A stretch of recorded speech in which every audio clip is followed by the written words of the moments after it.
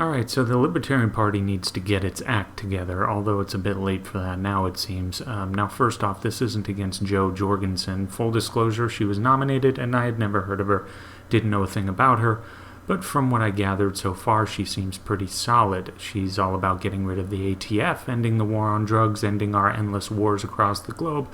I'm a big fan of all that.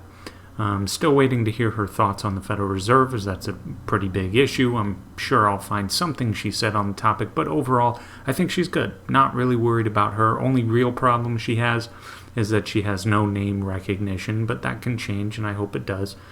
But here's the problem. The VP that was chosen for her was Spike Cohen. Okay, again, I had no idea who this was, no big deal, so I go look him up, and this is the first thing I see. A picture of him tearing his shirt off with a weird facial expression, and his description asks, "Who wants cheesy bread?" So he's along the same vein as Vermin Supreme, and he was his running mate. Now, I'm not trying to denigrate these guys. Vermin Supreme during the Libertarian debate was actually well-spoken from what I saw. I didn't get a chance to see the whole thing, but I was a bit surprised, if I'm being honest. He was pretty on point in some of the responses I heard. But here's the problem. Optics actually matters.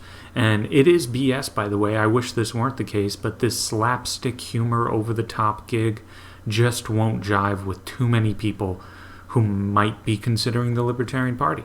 They'll see this picture and think, I am not voting for that person to deal with Congress or China or Iran. Now, it's not that almost any other politician knows what they're doing either, but they at least look professional. That's step number one, and we can't even get that, it seems. What we need is someone serious. Humor is okay. Dealing with Republicans and Democrats can become so ridiculous. Humor naturally comes into play, but as I said, this slapsticky, really, 4chan-esque behavior is just going to turn so many people off.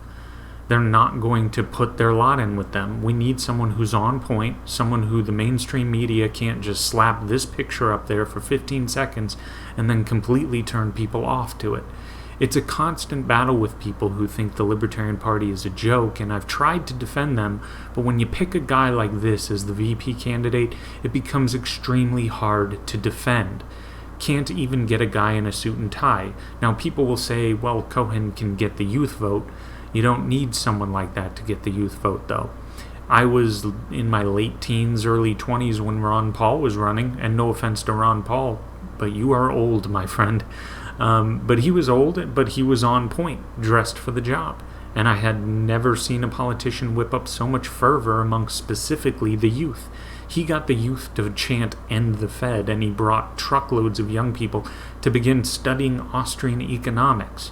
You don't pick a VP where he's indistinguishable from a joke candidate. Even though he says he's not, that's not what people are going to think, and that, frankly, matters. Now, Spike Cohen and Vermin Supreme, I bet they'd be fantastic as a YouTube personality or a podcaster, but are they truly viable candidates? I'm open to having my mind changed, but I just don't see it. Hope I'm wrong, but this would not have been the road that I would have gone down. But anyway, that's all for now. Like, subscribe, and take it easy.